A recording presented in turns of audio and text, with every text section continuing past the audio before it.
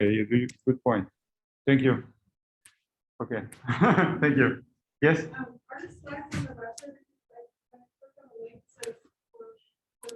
Oh, I need to enable it. I'll do it at that time. I'm sorry. Yeah.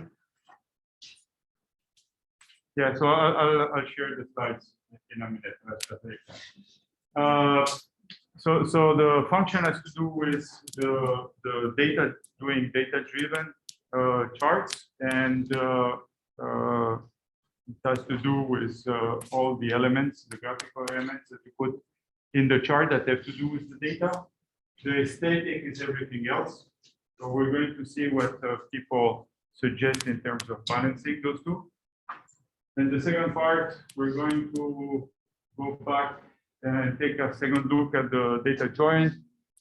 This is mostly to answer some of the questions that we asked last week, where people were trying to misuse the data join. So the data join is a pattern that somebody defined in a certain way, and you're not supposed to go and mellow with it, but we're going to try to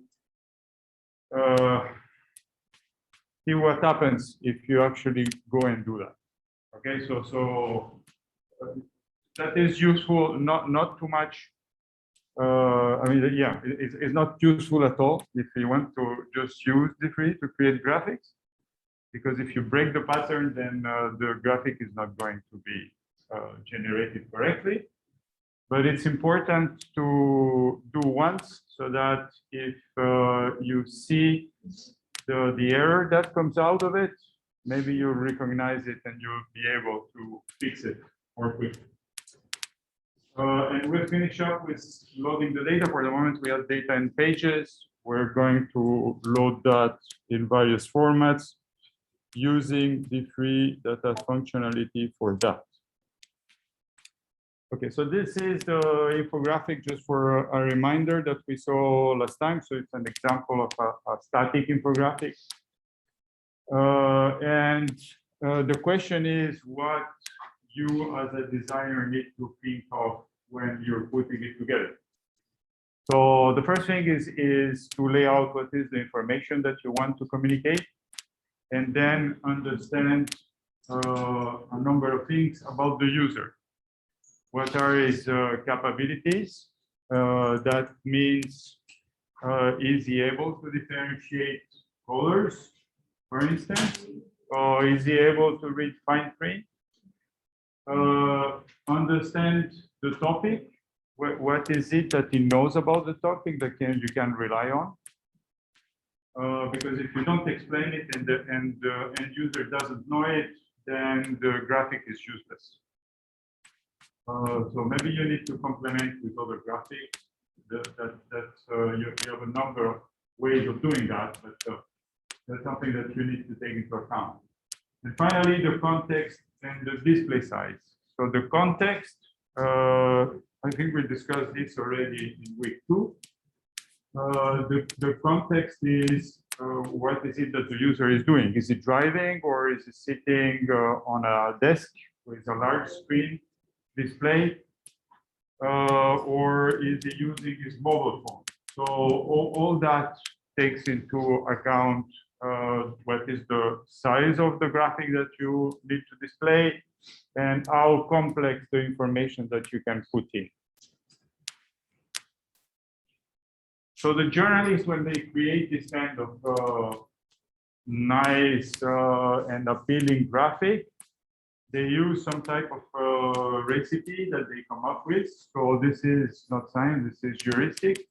So they just realized that this was working. Whenever they were putting up one of these infographics, they were getting good feedback from the readers. And so this is the recipe of Cairo. And you can read about it in the chapter in the book that is in the required reading. But basically what it boils down to is 3 things. The first one is that you want to make sure that you put all the information that you have in the data that you want to communicate without cutting corners. So if you need to cut corner, do this at the end. Start trying to put everything that you think is going to be valuable to the user. And in particular, you don't want to make limiting assumption in terms of what the user knows or what he can understand. So if you're unsure if he knows something, then you need to explain it with graphics and or text, obviously. If there is something that is complicated that you want to put in, then try to find a good way to formalize it with graphics and text and so on. But don't try to cut corners on that, because some readers will be unhappy because they will not be able to see the information that they're looking for. Those who really cannot understand it, it's going to be maybe because they either are not familiar enough with the domain or not interested to spend the time on it, or you're not putting the information in a form that is useful. So the second item is a little bit more complicated to resolve, because you need to get deeper in the mind of the reader. And that leads to the second point, that is the clarify. So as you do this and you put more information, make sure that you clarify things as opposed to making assumptions, so that you make it easier for people to understand by removing information. Okay, so don't simplify it, just clarify. The boom effect is that the one that people get in the page say, wow, this is cool, let me see what it is about. Now, this is obviously only useful for an infographic, but then, just think about the COVID pandemic. If you need to put some information that is hardcore about COVID that people need to understand, a large number of people, and you ask to do that, then you want it to be appealing. You don't want to put results that come out of your Python notebook, line after line, with a graphic that nobody is going to be able to understand, only a data scientist, right? Yeah, so read about it in Kairos. It's a very good expose of that. So for dashboards, the story goes more or less the same, right? Because it's the same thing. So first you need to immerse yourself in the data. You understand what is it that is important for the users, and then how they interact and what they understand of it, right? Now for the dashboard, it's a little bit easier, because usually the users, they go there to look for something specific. And so that information is something that you need to capture as a requirement, and build the dashboard accordingly. So that there are some things that people do all the time the same. So yeah, there is not a famous dashboard person to give us those rules, but yeah, I've listed some of those that people often use. The first one is to use a grid layout. And you look at 99% of the dashboards, they use a grid layout, because this is what end users are used to see. So if you do something different, where you need to move down the page, they're going to get confused. The most important is at the top, which means that the information is put in a hierarchical fashion, top to bottom. And you basically drill down. So you have different ways of doing this, whether you can do it in the page, in one page, in multiple pages, but there is always some type of navigation that is associated to that, right? Here, for the Google, you see that some of these, here audience overview, you can actually get to it from either here or here. And this is because so the Google Analytics, I don't know if you're familiar with it, but this is what Google, the Google's dashboard for telling you what is the traffic on your website. And so the way you set it up is they give you an ID, and then you go and slap it in your page with a bit of script. And each time somebody goes there to your website, they send the information about what is the browser, or what is the IP, and so on, what is the time, and Google logs that and puts out the analytics in this dashboard, right? This is free, so you can go and look it up if you want. So most of the time, what people are interested in is understanding how many people are coming to the website over time, right? So that's sort of the most important information. It's put on top.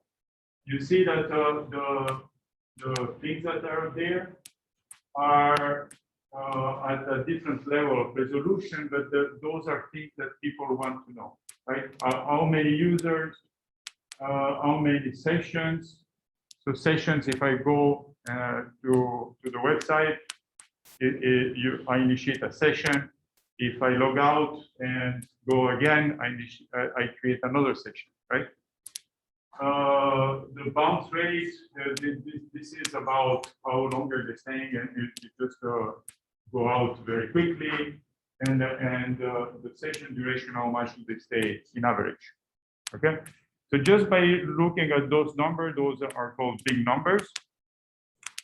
I very quickly see the information that I want. If I'm interested in drilling down because, this is peaking, what is happening, then I go there.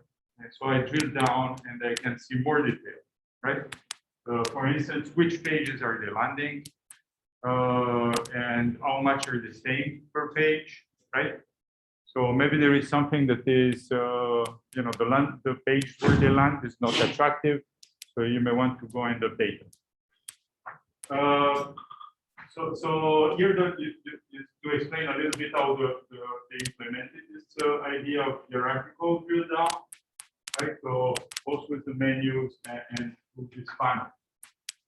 And there they have other things that you can do, that kind of insight that are AI powered and that they're pushing through. But you see other information here, where the users are coming from. Are they referred by other sites? This is the geographical provenance. And here we see I have the times of the day when you have the most traffic. Okay. Okay. Yeah. So the big numbers, you see also that they're carefully crafted, even though it's very little information. Right, they put the units with the 1,000 with a K, because if you start putting 3 zeros, then people have trouble reading these things, right? So you want to craft it very carefully so that you understand it as quickly as possible, because this is people who do this for a living and they don't want to lose their time with your tool, right? Then you see that there are this secondary type of information here that is displayed by number, some in red, some in green. So there the colors are associated with good or bad, so decrease, increase. And that tells you how these different indicators are trending, right? So usually, yeah, so not all those the trends are not always there. You could do something similar if you really want to, but this is just the number of users, so this is the trend time for this one, right? But you put here to a kind of mini line that you draw that people call a spark line under and without detail, because all you want to know if it is what is the trend. If is it going down over time? Because this number here is with respect, I don't know here, maybe or here. So you need to go down here and understand and read this to understand that these 5% are respect to the last 7 days. But maybe you want to know if there is an anomaly in the last 7 days. Then if you don't see the line before the historical data, you don't know that it's an anomaly. It may look okay, right? But here you have some space that you could use for that.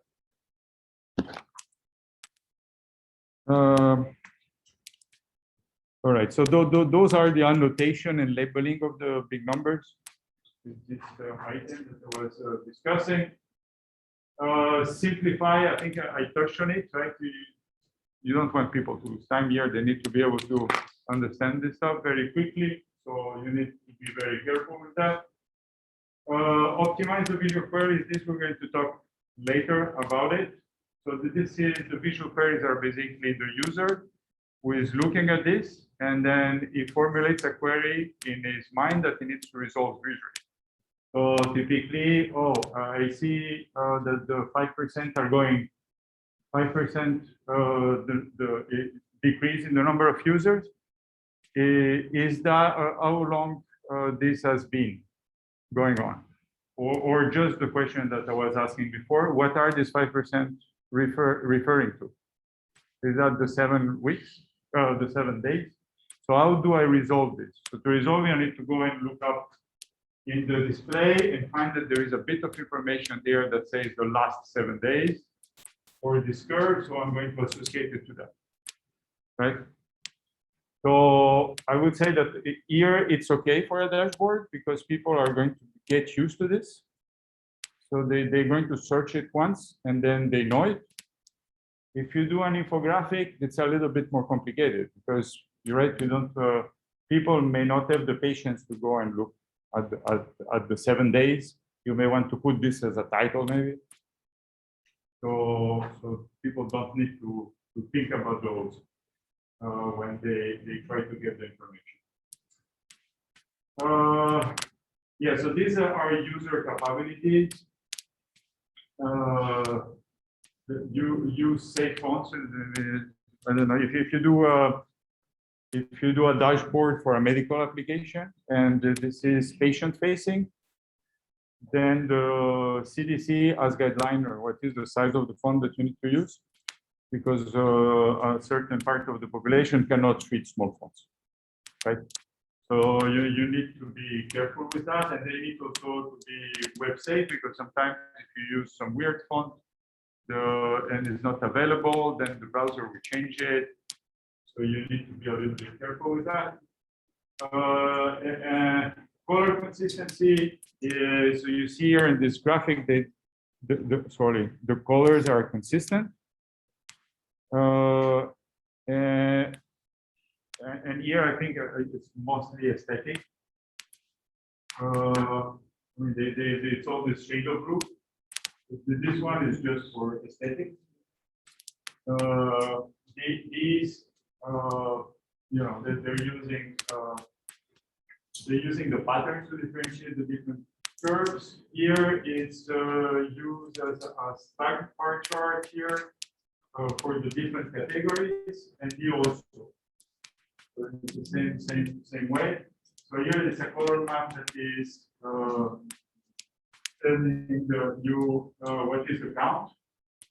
So a color is associated with a count, and this one is continuous, right? As opposed to this one that is discrete because they have categories. Here I have a continuous range for the number of sessions. And here the same thing, this is the number of users over time. I have a continuous number for the users that I can have. And so the scale needs to be continuous. So this is one choice. In this one, You see that here they use the orange to similar to how we use the blue in the other one. But then here you see like here the Brazil is in green. This is to highlight the country in across charts. So this chart here, this green is related to this green here to allow you to ask to resolve visually the query about how is the Brazil trending in this chart and in this other chart. Right, so you do it very quickly because you see, it's green, it's green. That's the first thing that you're going to look at. Right, so if you say a dashboard that is doing COVID for a set of countries that is not too large, less than 5, maybe it's a good idea to use a different color to differentiate the countries. And then you try to be consistent throughout in the dashboard. Yeah, the last point here is you know, it's what I've been repeating, you know, trying to make people lose time. So you usually try to QA these, and you apply what is called the 5-second rule. So you want that people in 5 seconds they get the information. And they go about their business. So this slide, I'll go quickly. This is typically what is explained by Cairo on how he uses the wheel as a tool to do the 3 steps that we've discussed in the previous slide. So the dimensions and the wheel, we've discussed it already last time.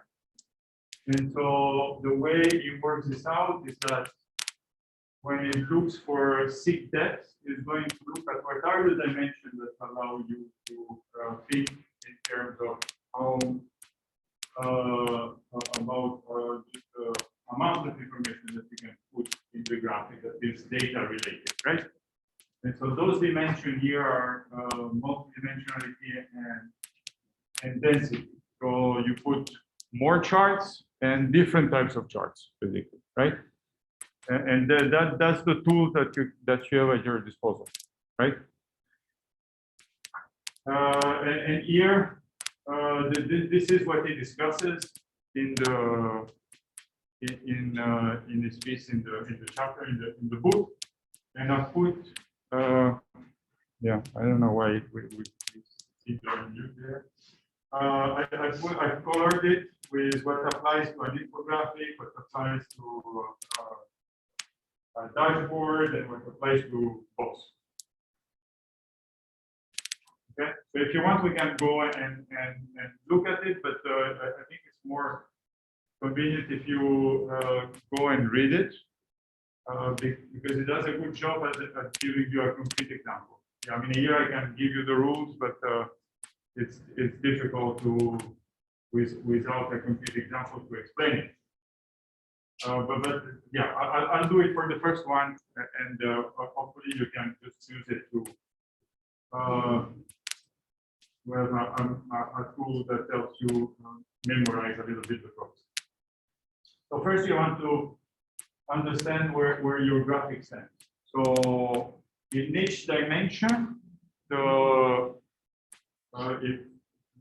whatever you're creating, and here when we talk about graphic, it's either a dashboard or an infographic.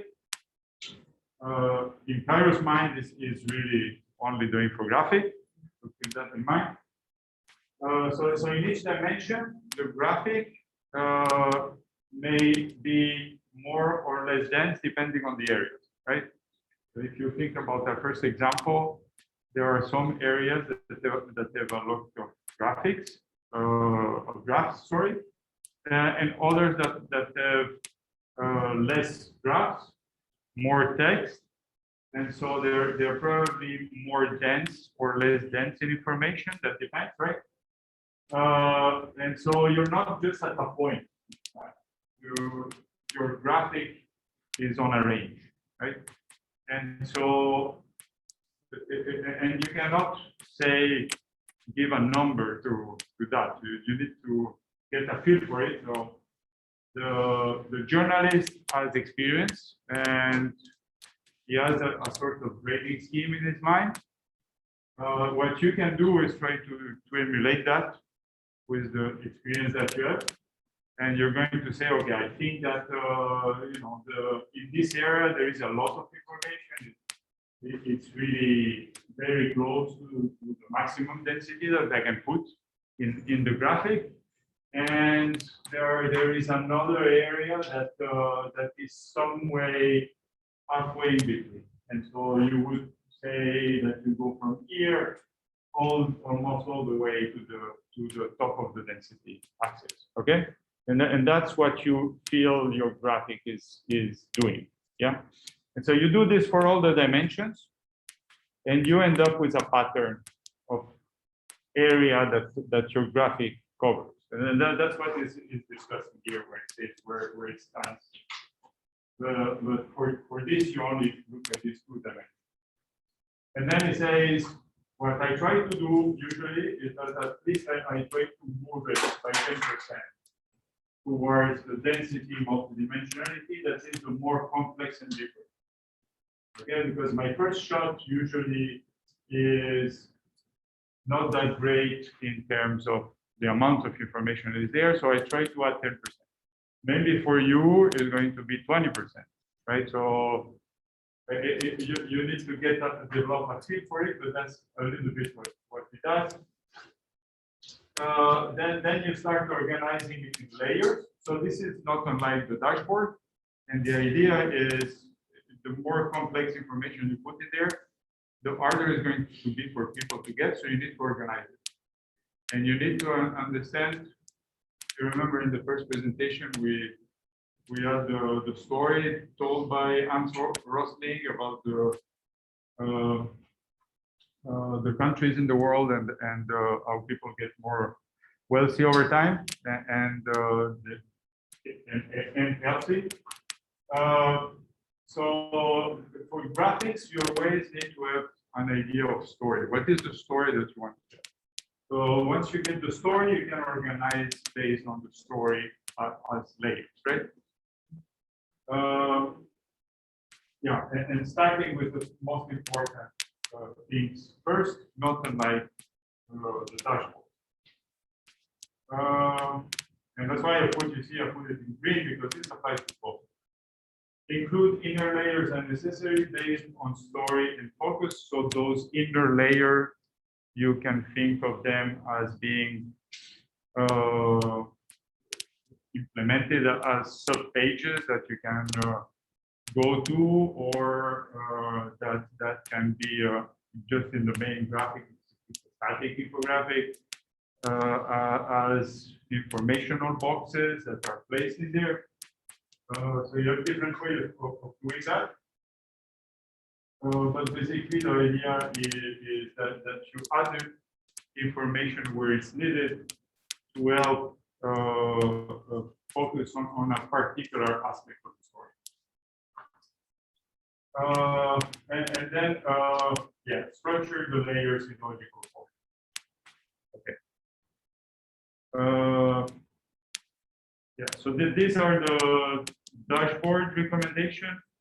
So these are recommendations from Cairo that I took from his piece. These are the ones that I took from the previous slide, and I put them there because they have to do with seek depths. Okay. And here again, you see user grid layout. The most important at the top, that mirrors the number 3 here. Use annotated and the labeled big numbers, and the 5-second rule also is important. Right? So I can go like this about the others, but I think it's best that you read the Kairos piece first, and then you come back here, and if you want, we can discuss it if some things are not clear. So the second one is clarify, and the last one is the boom effect. So this has to do really with making things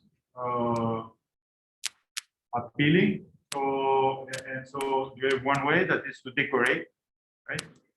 You can make things pretty. The other way is that you put cool graphics, right? And so the cool graphics is novel form. The novel forms are things that people are not used to see, like a stream graph or we're going to see.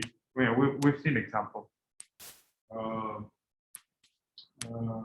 Sunburst, or you can think of all of those that are not usually seen, that people may say, oh, look, that's a cool graphic. I'm going to start looking about it and see what this is about and spend more time on it. Oh, sorry. It's originality. I always use originality and novelty. Novelty as originality is what I just explained. Novelty has to do with the concept or information that you're explaining and how many times you're putting it, you're going over it. So if you just explain it once, it's going to be novel because the end user will only have one exposure. If you explain it multiple times, it's the redundancy, right? Yeah. All right. So here the second part. So again, the first part has to do with more specifically dashboards and infographics. This is more at a different level, and this applies equally to the concept of a complex graphic form that is created with multiple graphics, graphs, and a single graphic. And there are essentially two schools, right? And I'm going to go through each one of them one at a time. So the first one is Edward Tufte's design principle that basically says that you can read it there, and it's not very clear what it is about. But you can see that he's talking about the complexity of the data matching the simplicity of the design. Okay, so what does he mean really by that? And one way to put it is that all the information that you have about the data, you want to put it in the graph, but you want to make the graph at the same time the simplest as possible. Because the more complicated you make it, the harder it is for people to read it. And the more processing power they need to do that, brain processing power. So the way he captures that is with a rule that applies to what he calls the data ink ratio. So the data ink ratio is the part of the ink, meaning any graphical form that you use as a surface, you count it. That has to do with the data. You will count it as data ink, and the rest is the rest. So the data ink ratio is the data ink divided by all the rest by all the ink that you're using in the graphic. So you take the surface for the data and you divide it by the sum of the surfaces of any graphic element that you have in the graphic. Okay. And ideally, what you want to do is to get this as close as possible to 1.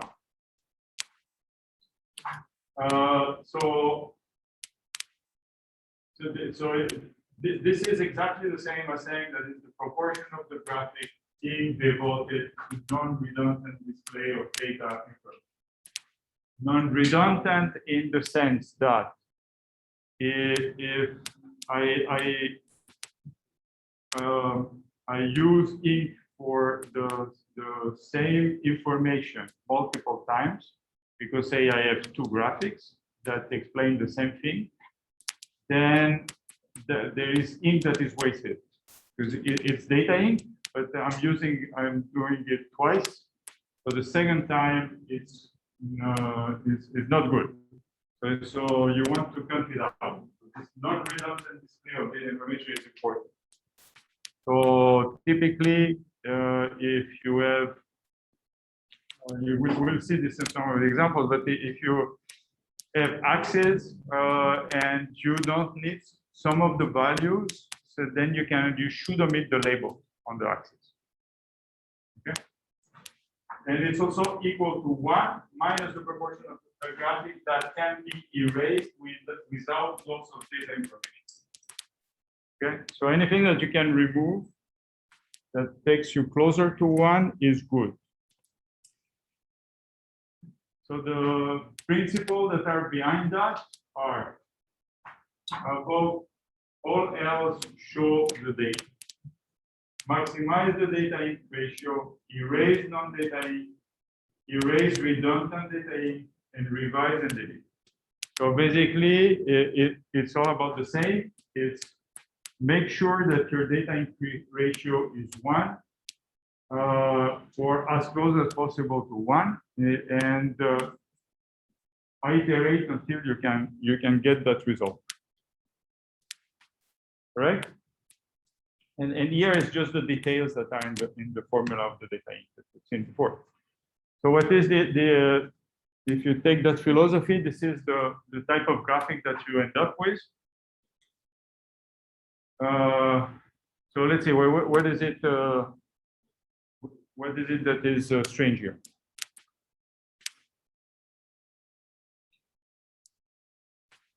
With respect to a traditional line chart that you would see, that you would create.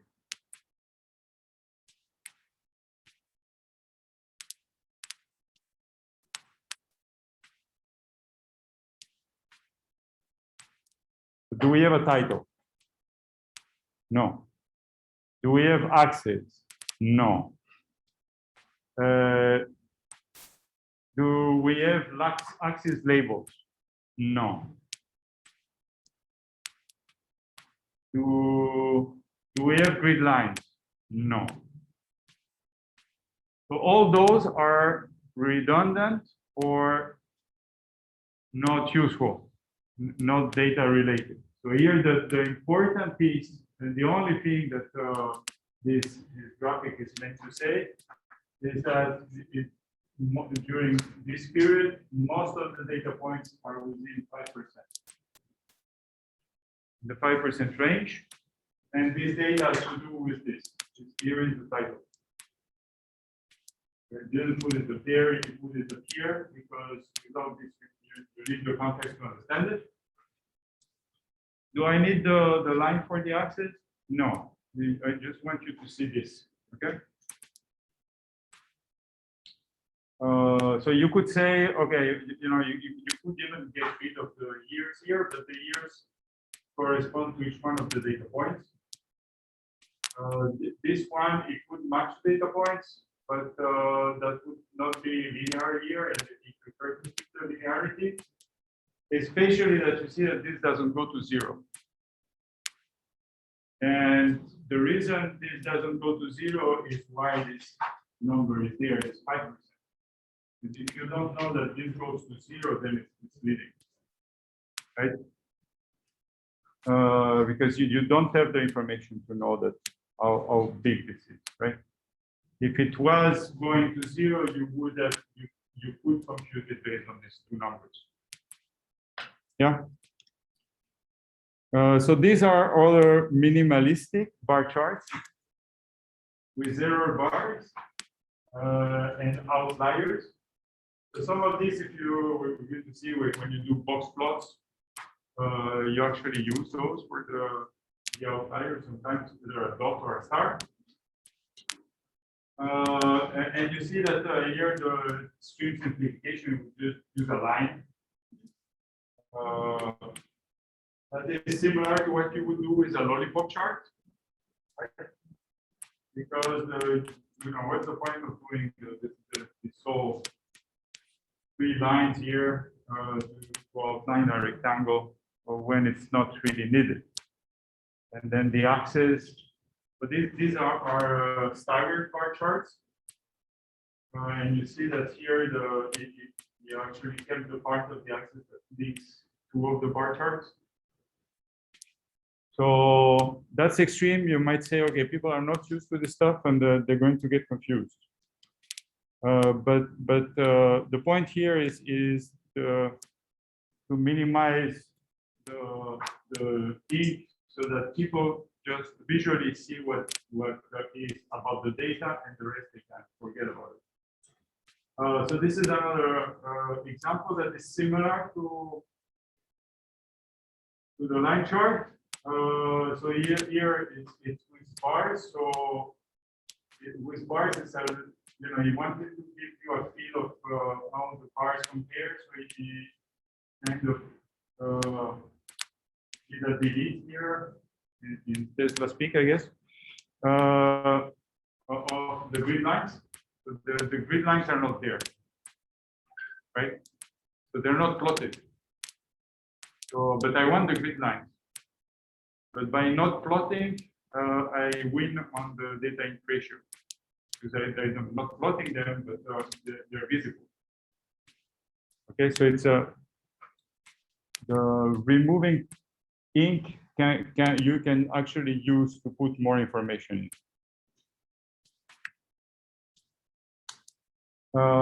This is another one that is called the dot dash plot. And so you see that the dash here allows you to visualize the distribution on the 2 axes very quickly, right? And so this is, if you need to do free graphics, this is free graphics in one, right? The scatter plot and then the distribution in X, distribution in Y. That you can put together very quickly, and you don't need to be a data scientist to understand this. The slope graph, this one is also minimalistic in the sense that the axes are not there, which somehow makes it a little bit more clean. So we saw an example of this in the first slide.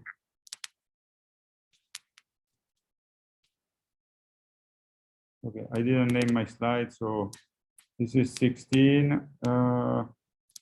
Yeah, this one here. It is the same graphic as this one, and you see that the other one is much cleaner, but it has a lot more data. I'll go back to 16. Yeah. And so here you can see what is good about the slope graph is that very quickly you see that there are maybe these 2, or really this one that is going against the flow here. Everybody else has increased rate, and this line is going down. So you can see it very quickly, right? So if you want, you can even highlight it. This one has kind of a slow rate of growth, but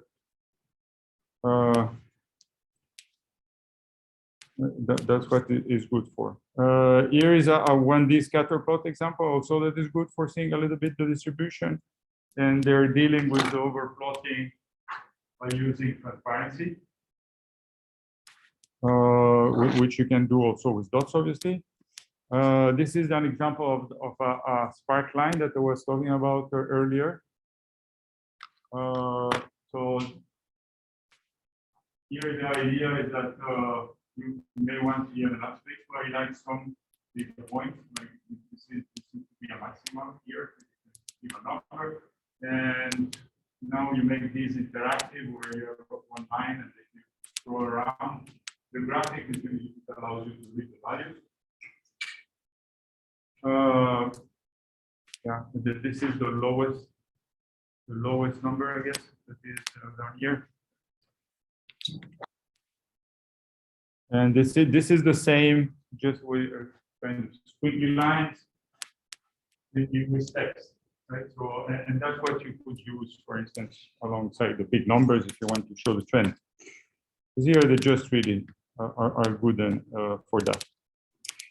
Now the opposite of this view, where you say, okay, all the graphic is just the data, and if I remove anything, then it's not going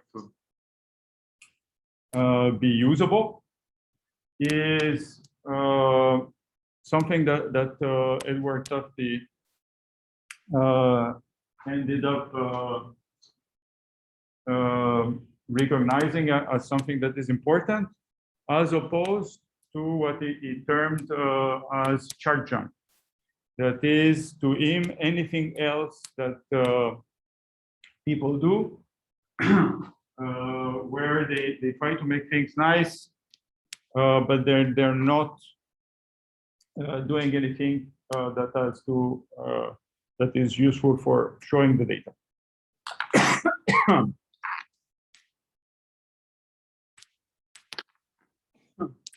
Sorry.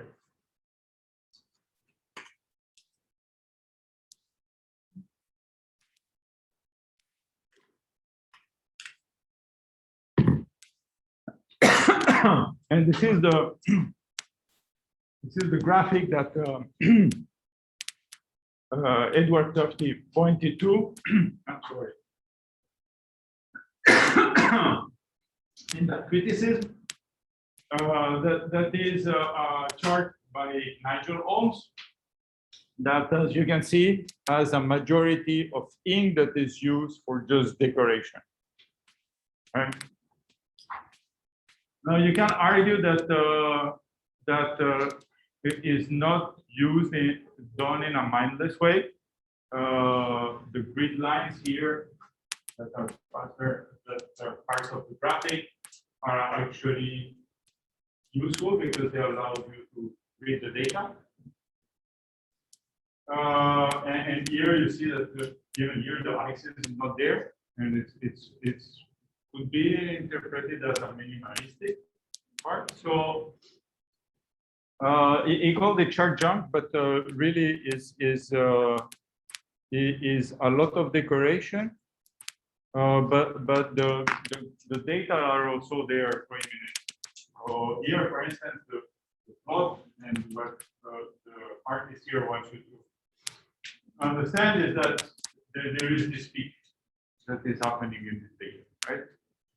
And so he outlined it with a red color that, as we're going to see, this is something that is going to come at you very quickly. You don't need to look at this for hours. Yeah. And once you start looking at it, you will say, "Oh, what is the story about? This is interesting." So you might spend more time reading the news articles in this case that was related to that. So the Nigel Holmes' idea is just about that. Is to use humor to instill affection in readers for numbers and charts. Okay, so I put here a number of examples from his website.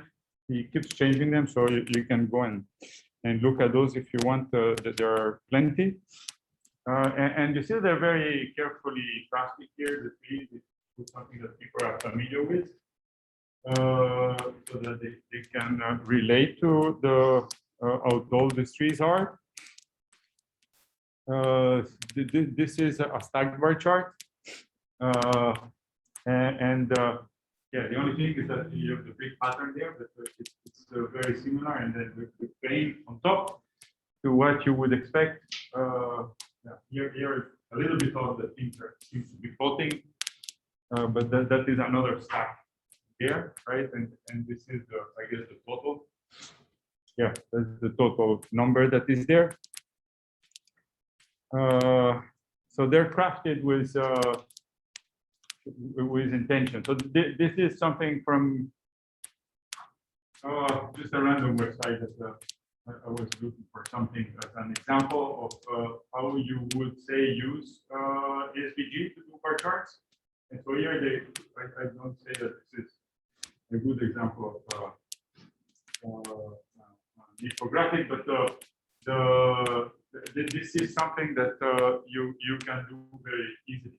If you just take an SVG of this, then you know how to place an SVG element, and then realizing such a chart is not more complicated than just putting a point. Some more from Nigel Ohms. Okay, here we go. Yeah, actually, this one is interesting because this is these graphics here that look like time series. They're kind of work. They seem a little bit work on the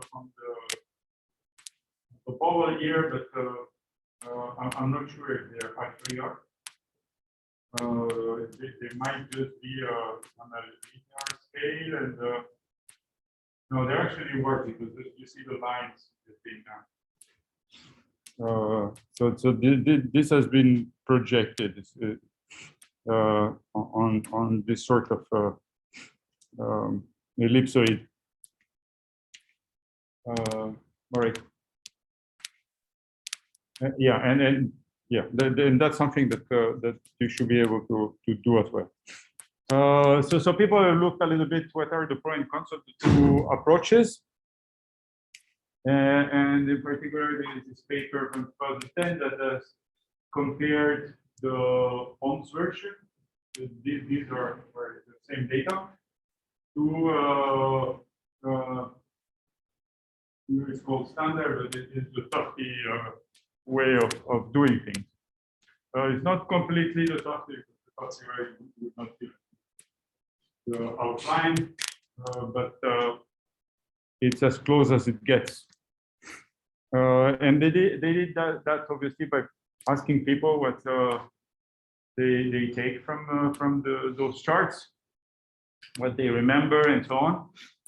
And they accounted for the data ink ratio by going and counting the area, right? And similar to what I explained, the concept of data ink is. And so they weighted the responses based on that. And so this is their classification of the graphics. And here is what the people tell you about it. So the dark bars here are the Ohms version. So those that have a lot of graphics, and you see that they're usually doing much better in all cases than just the plain version. And in particular, not surprisingly, those are the ones that people enjoy most, but they find more attractive. But more importantly, they remember the details and remember the data better. And they can describe it also better.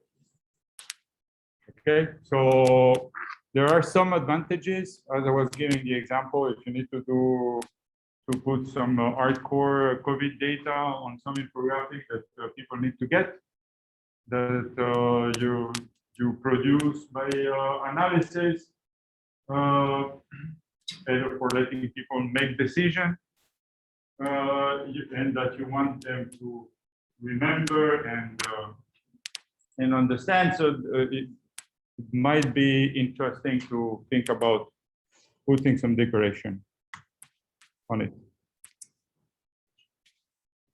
Okay, so I think we'll do a break. I'll go for a little bit more water so I clear my throat, and I'll be back in a few minutes.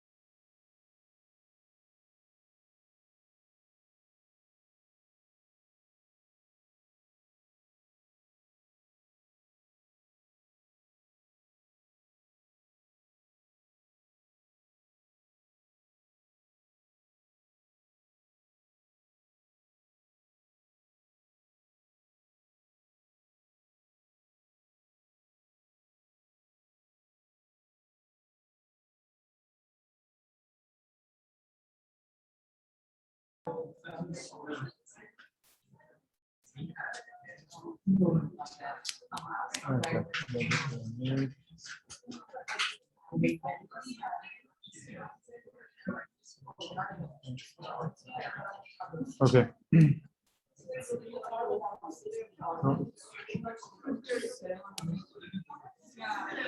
Okay, I'll restart so that we finish on time if you don't mind. Yeah, yeah. So let me restart because it's already. Yeah, before I forget, for the grades, we're going to change the feedback because I think there are notes. If you lost points, we put some notes, and we're kind of finalizing the format, so you know if you lost points in the lab or if you lost points in the homework. Okay, but yeah. And again, for those who are remote, if you have an F, please get in touch with Meag because she couldn't find your repo. All right, so we go back to here to the data join, and okay, so the idea is that again this is a pattern that has been set up for you, and you don't want to go and meddle with it, but we're going to do just that and see what happens. And at the same time, we're going to see a little bit what happens with different scenarios, depending if you have data that is already in the page or not, and so on. Okay, so here we see both the JavaScript, the dot, and what is the end result. Okay, and the title here is at the bottom. It says empty initial selection. Okay, so this is typically what we did last time. So we have the page with the body. I put just the minimum so that we can see things nicely. And this is the JavaScript that is supposed to be somewhere in the body, right? Or outside in the header if you. But I'm not showing it because what would be too complicated. So this is kind of take it as a dome view of what is going on, not as a tree, but you understand this is a hierarchical structure. Okay. So this example is I think more or less what we had last time, where we are adding paragraphs with some text. Here the text is directly the data. The data sets that we have here, 5, 10, 15, and we just put them inside each one of the paragraphs as the inner HTML text with the dot text function using the append on the selection. Okay, so here we select the body, we select all the fields that we have in the body. There are none. We have a data set that has 3 elements, and so we need to enter 3 to match the data set. So for each one of them, we're going to do an append, and then we configure the inner HTML to have the corresponding text. And hopefully I get here. So this is the output. It's not the final dot. This is the output, but this is what the final dot will look like. Yeah. Now remember the text here. This is the P is a node, and text is another node that is the child of P. Yes.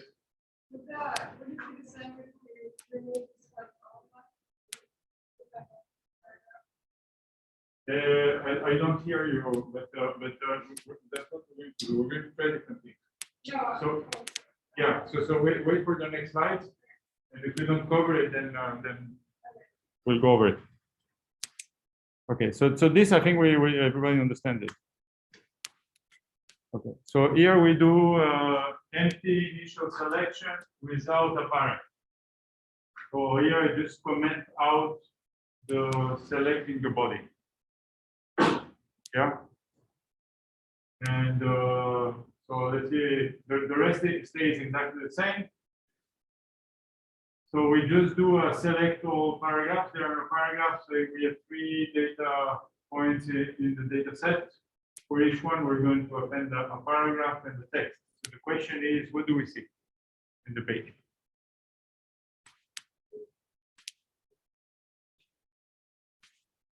Obviously nothing.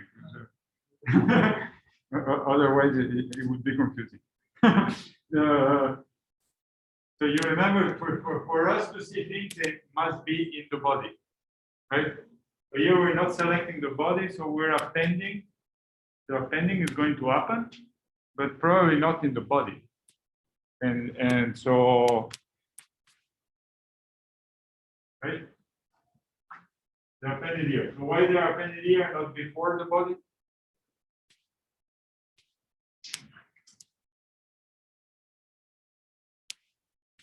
You have one thing to remember about append. You append as the last child of the selection. Here there is the selection that is returned by select all. So normally we do the select body. So the parent is body, and it has no children, so it's going to go inside. Here we don't do the selection of body. So here the selection doesn't have a parent to append to. And D3 by default is going to say all the parent is obviously the HTML. Otherwise, where do you put it, right? And what is the last child of HTML is body, so it goes after. Okay. So no confusion there. Non-empty initial selection. So here we do the right thing, but we have already things that are in there. So what happens and why? What do you expect? And here the keyword to look at is enter, obviously. Right? So what would you expect with the logic? Don't think about the code, just think about the logic. How many do we need to enter?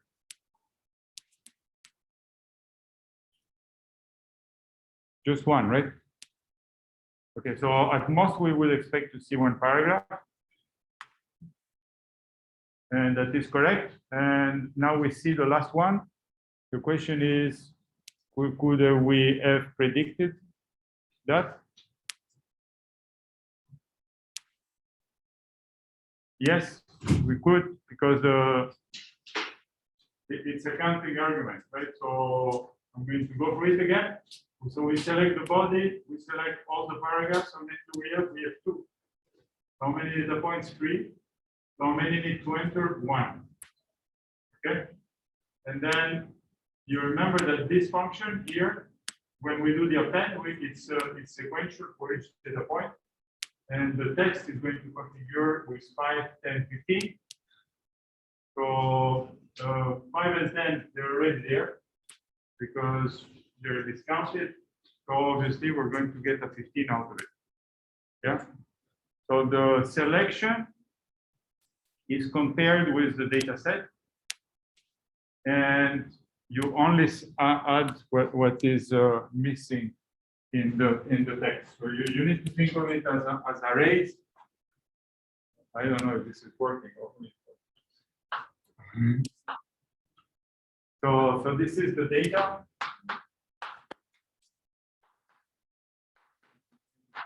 Process, and here is the selection. We don't know what it is, but it's like an array. We cannot assume what it is. It's like an array, and here we just have a y and a y. Okay. Now here we have paragraphs. You see that they have A and B inside, right? So maybe I should do that. Let me put the numbers so we have to set this. 5, 10, 15, and this is A and B. And that's all. Okay? So what the data join does is that it needs to match this with this. And when we do our enter, we get an enter selection. And this is going to be also in something that we don't know exactly how it's represented. It's similar to an array. Right? And so I look at it and I say, okay, here in data I have 5, in the selection I have 10. Do I need to enter it? No. So what diffly apparently choose to do is to keep the A there. Here I have 10, I have something in the selection, I keep it. Here I have 15, I have nothing, I'm going to put 15. Now, here I'm putting 15, but at this point,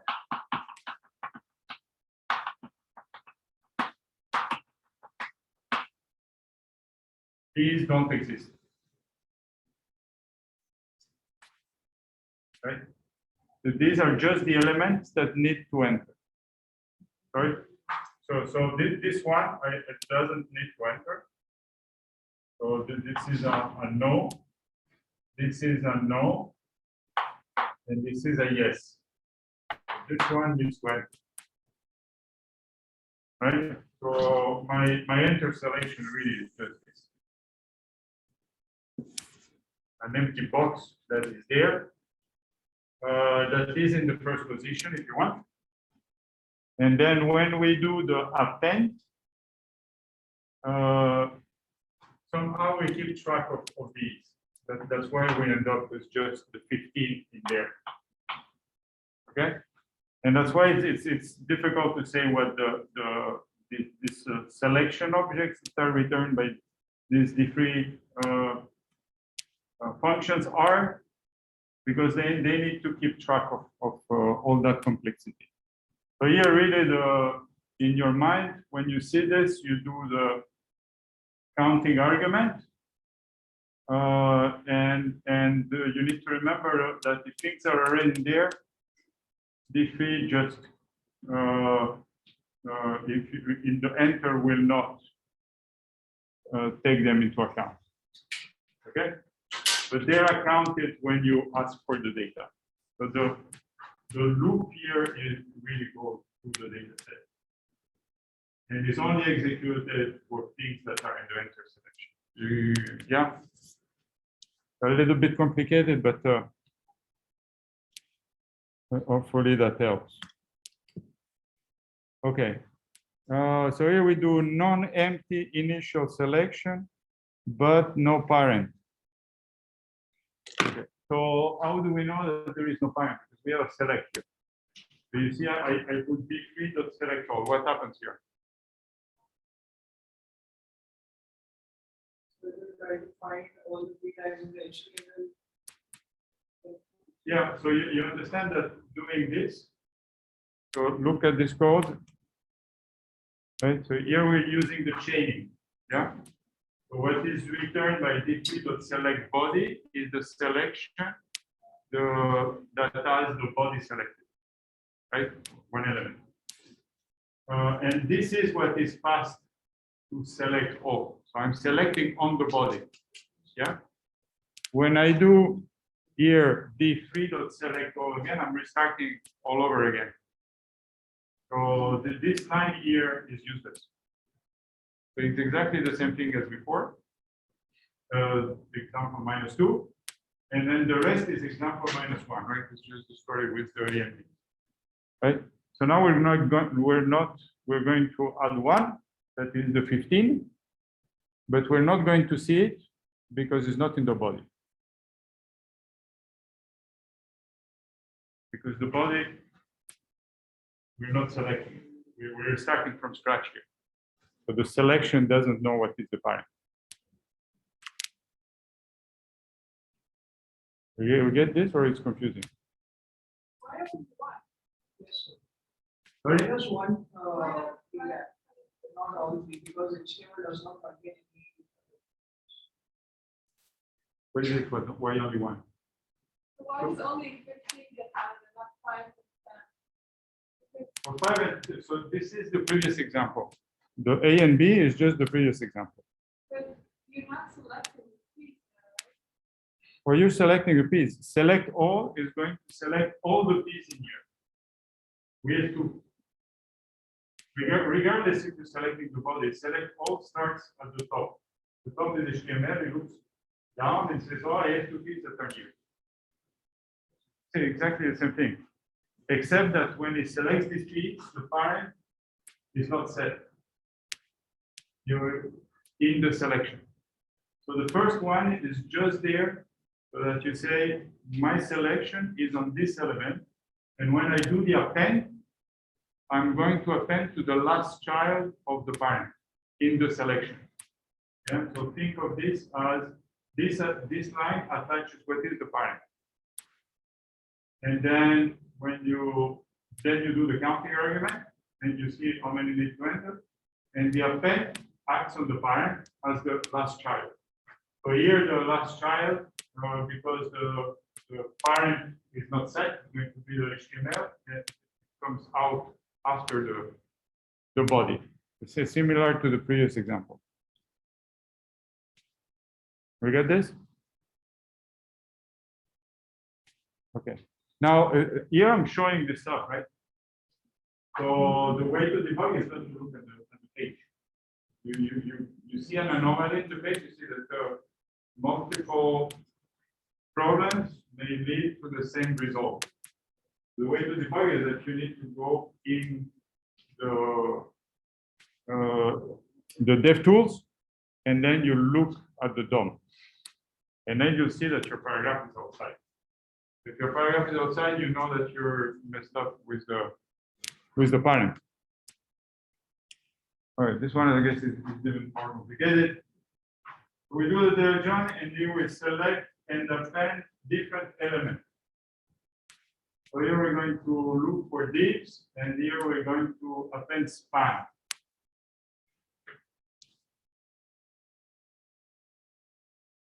Who wants to take this one?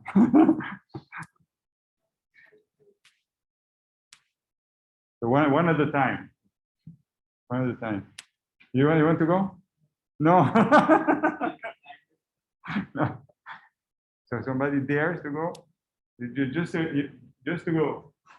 Just do the counting argument. Do it with me. You do it with me. Okay. So here we select the body, we select, and the body is set as the parent of the selection. Okay, we got it. Then try to find the div tags. How many do we have? None. So good. The data set has 3 elements. How many need to enter?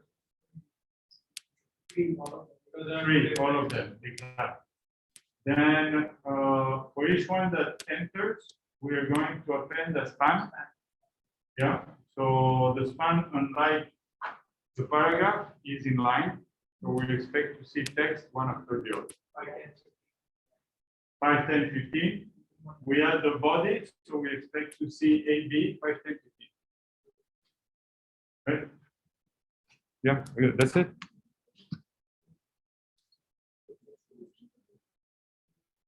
All right. Okay. So to reiterate, in case you don't have P's here, you can put anything that you like. That's right. If I don't have P's here, and I put anything, the result is going to be the same. And this is just for the counting argument. Right? But yeah, if you do the count on the wrong argument or on the wrong type, then you're out of luck if you have any in the page. Okay, customizing the selection. So I think I say some elements on that or at least we looked at it both for HTML and SVG. And we kind of looked a little bit of code. Yeah, I didn't cover your case. No, I was, so on page 34. 34. 33.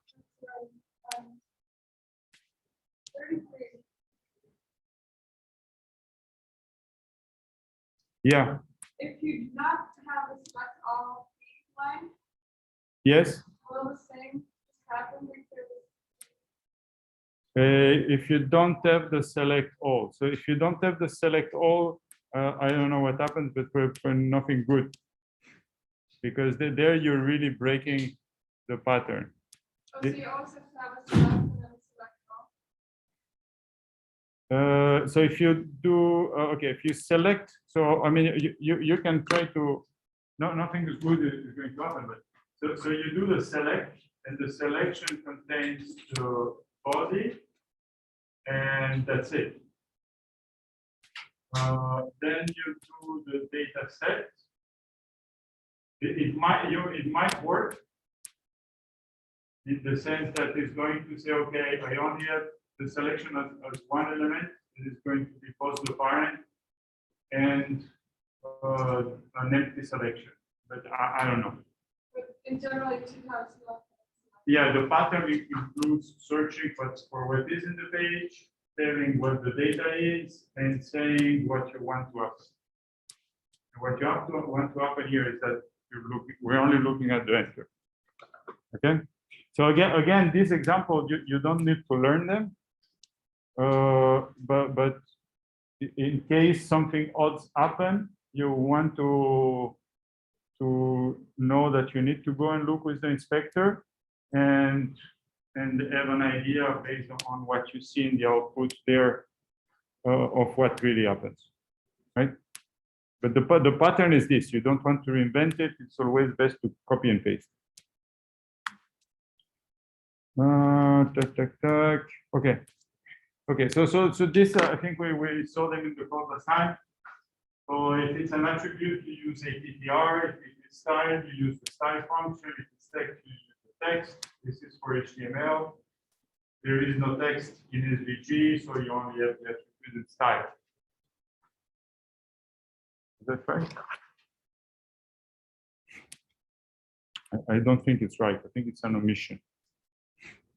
Yeah, I think I have an omission there for 1 to 2. I'll look that up. Okay, customizing the selection. Okay, selecting and configuring the parent.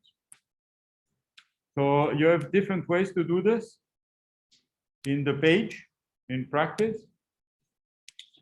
The easiest is what is shown here. That is that you create an element with an ID, and then you go and look for it. So if you are doing if the element that you want to append to as the last child is going to be the body, then you know how to do it. If it's a div or an SVG, then this is the way to go about it. And you want to use an ID because it's only that one in the page, right? That you're interested in. And so this is the basic way of doing it. What I've shown you in the example. You can do it dynamically, meaning that you can generate the SVG. You can just create it and append it to the body. And this is what is done here. And obviously you did this with the select and append. You select the body and you append an SVG. And then you can configure it with an item that you want, which will create this dynamically in the page. Okay, so these are the two ways. Yeah, I change the slide so that the two ways are clear because yours is not immediately clear. Yeah, my titles on the left are not great.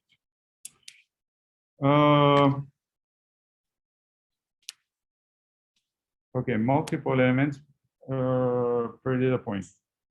I don't know what I wanted to say here. Multiple elements per data point.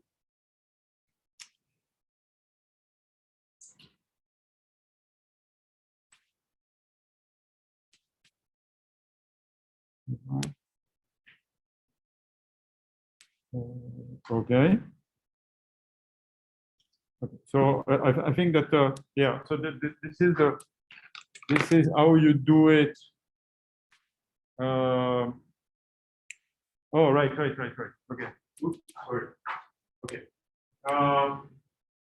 So if you want to do this bar charts here with with multiple elements, meaning that you have one element that is going to do the bar and one that is going to do the text.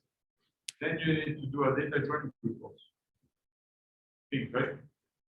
And so if you do it with SVG, this is what it looks like, and it's obvious. If you want to do it with the data join, it's a little bit, you have different ways of doing it. And there is the wrong way that is shown here. And then there is the right way. So I don't remember the slide, but I'll try to read it. So it's wrong. Why? Because the text here, you see the output and you don't see the text. Right?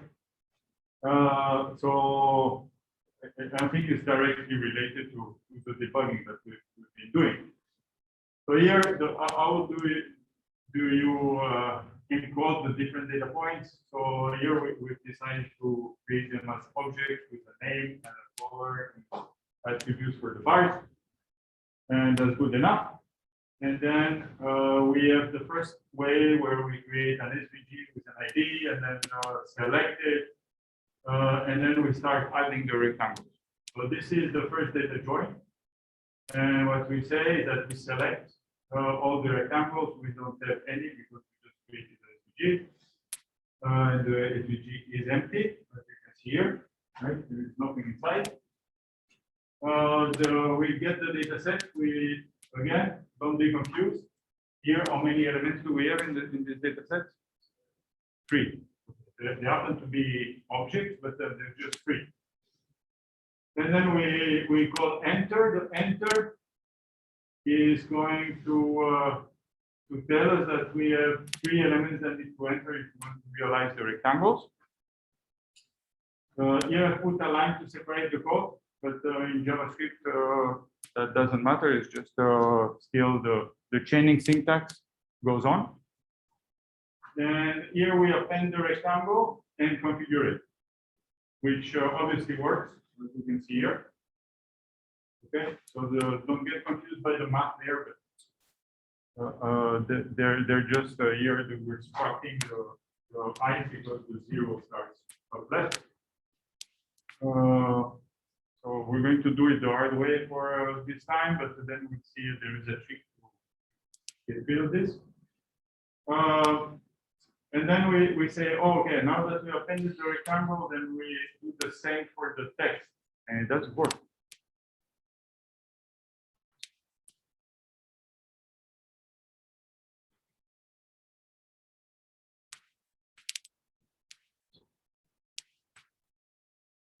Doesn't work.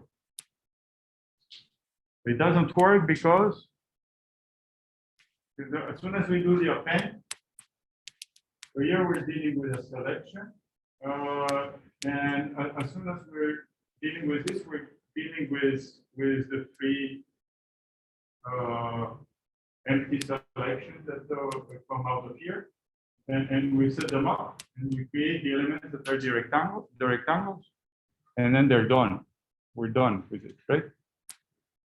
And so when you say I'm going to append the text to it, then the question is are we appending to these elements that were just created, or maybe this is just not working at all, right? Now the append, you remember, append to the last element in the selection, to the last child in the selection. So theoretically, it should work. Now, the way you want to do it is with so that there is one way that works, that is with 2 data joins. As shown here. And another way that is keeping a reference to the initial selection here, the enter selection. Okay, because here the problem with what we're doing here is that we're already active on the selection, and so there is nothing else to do. So my guess is that D3 just ignores this part silently. So is it possible that it is appending those text tags within the rectangle tag? As long as it's appended in the SVG, it's going to be visible. If it's appended inside the rectangle, yeah, I don't know. That depends on the browser. The browser might decide that you made a genuine mistake and that you should see it. But conceptually, this is bad for diffing. Okay. I mean, we can try to debug it and look at the DOM. Actually, maybe we can even do this here.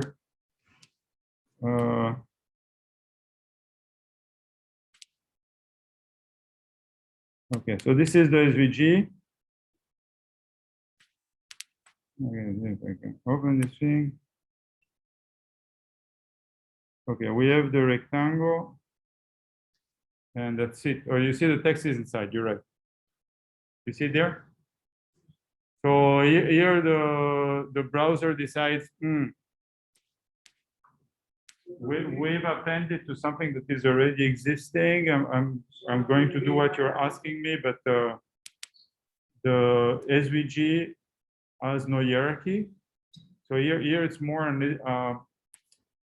here it's more a syntax error here on the SVG than on rather than on the data join, because this is not right in SVG. You don't have a hierarchy of objects, so there is no box model. I mean, the SVG is a box, but then it can only have one layer of elements, right? And so here the browser is saying this is not standard SVG, right? So they could try to repair it. Some browser might do it, assuming that you made a mistake. But because it's not standard, the assumption is that you're doing something wrong, and so you should not see it. Yeah. So can we assume that as soon as an element is appended, the parent pointer, the pointer on which it says that this is the parent tag or whatever it updates. I mean, here we're just carrying it. We're carrying it on the selection. That's what we're doing, right? The selection is still there, except that now it has been filled. It has been filled with a rectangle. We have a node there, and the rectangle has another node where we set the text. No, yeah. It has another node where we set the text, but that's not standard SVG. Yeah. Okay, good point. Okay, so the simplest way around is obviously to do two data join that are the same, right? So you start doing the data join with the rectangle, and then you start from scratch and do another data join with the text. Nothing wrong about that. You're just doing two data join. The only part that you may not want to do is yeah. So here what we're doing is that we're starting on the SVG that is similar to what we did before, right? No confusion. We're not starting about the body or anything. We're selecting the chart similar to what we did before. The only thing about this is that you see that this part here is kind of repeated. And then you remember that the select all really, when we don't have elements, doesn't really matter, right? Because we're starting from scratch. So we need to add as many rectangles as text. So this is repeated, right? And so one way that is we're going to see next is just to do the same, but instead of repeating this, we store this into a variable, the enter selection, and then we say enter selection at the rectangle, and then enter selection at the text. Does that make sense? And that is this slide here.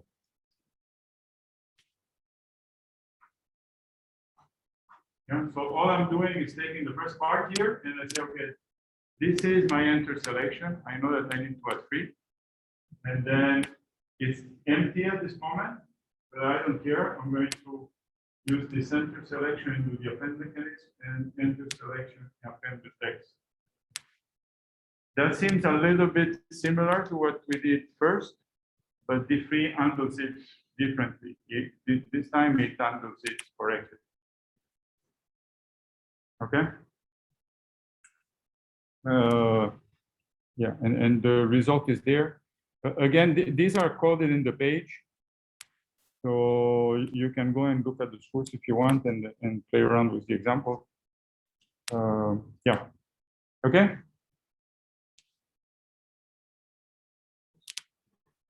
Okay, so now here I did it with rectangles. Obviously, if you need to do bubbles with text inside, it's exactly the same story, right?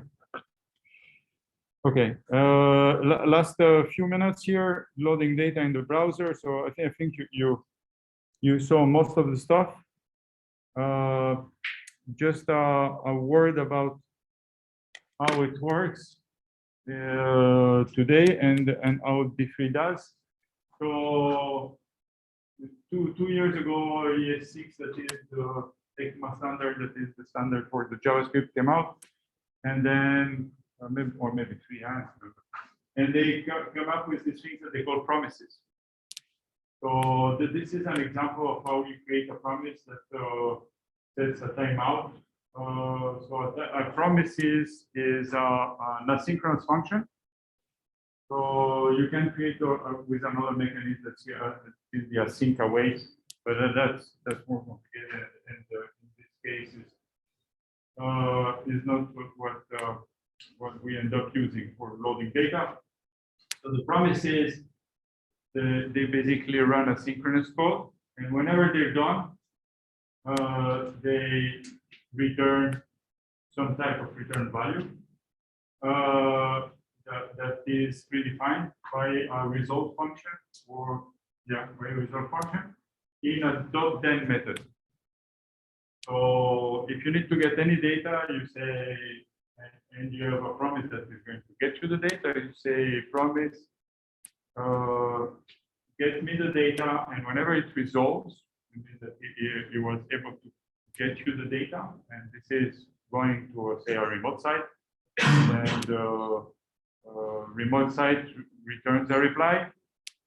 At that point, the promise is going to call resolve and send back the data in it, and then you can just read it and do what you want in the .then.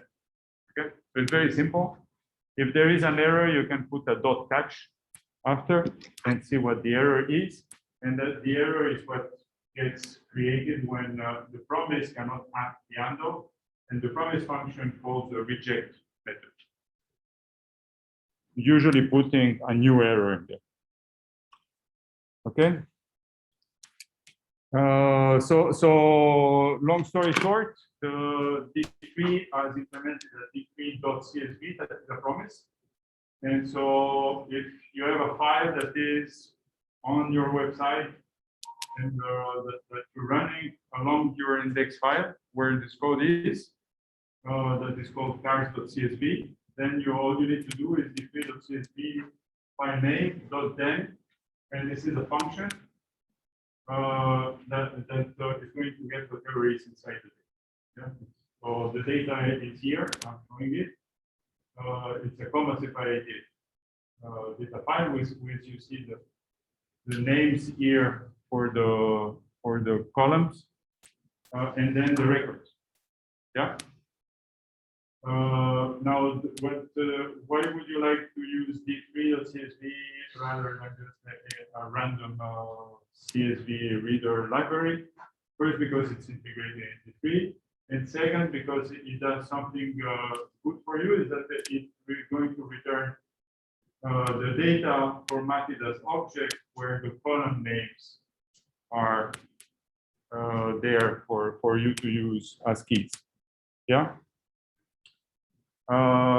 Okay, so this is for CSV. If so, as you can see here, everything is strings, regardless of how it's encoded in the file. And this is because with CSV, there is no way to know the type. Okay, so whenever you use the data and you load from CSV, you need to go and say what the type is. If this is an integer, you need to cast it, right? Because you remember JavaScript tries to guess the type. In this case, it sees a string and it says, yeah, it's a string. Okay, so how do you force it to get the type? There is the complicated and not useful version.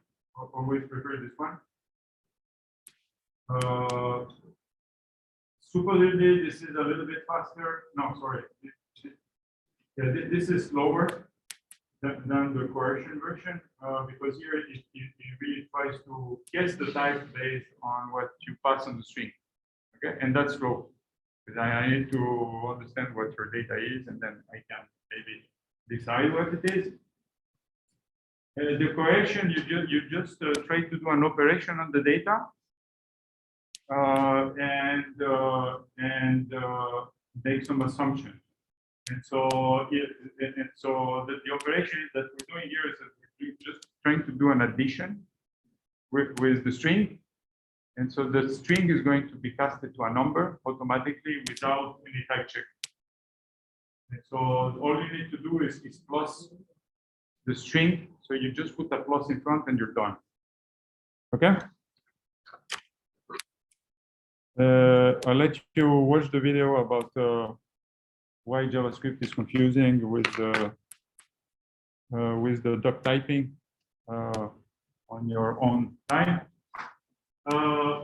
Now, oftentimes, if you want to deal with type data, which simplifies obviously the code because you don't need to worry about the type of your data and you just get it from your data set. Then you want to use JSON because that JSON is able to encode that.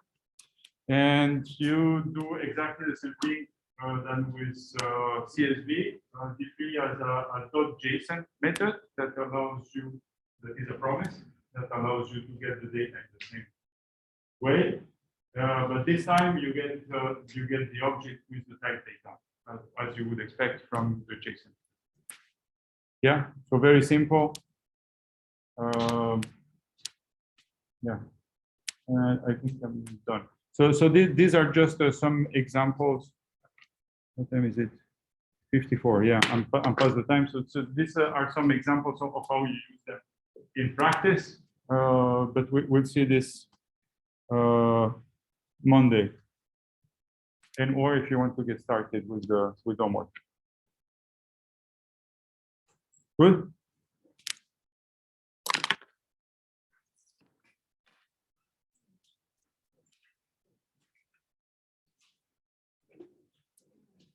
All right, thank you.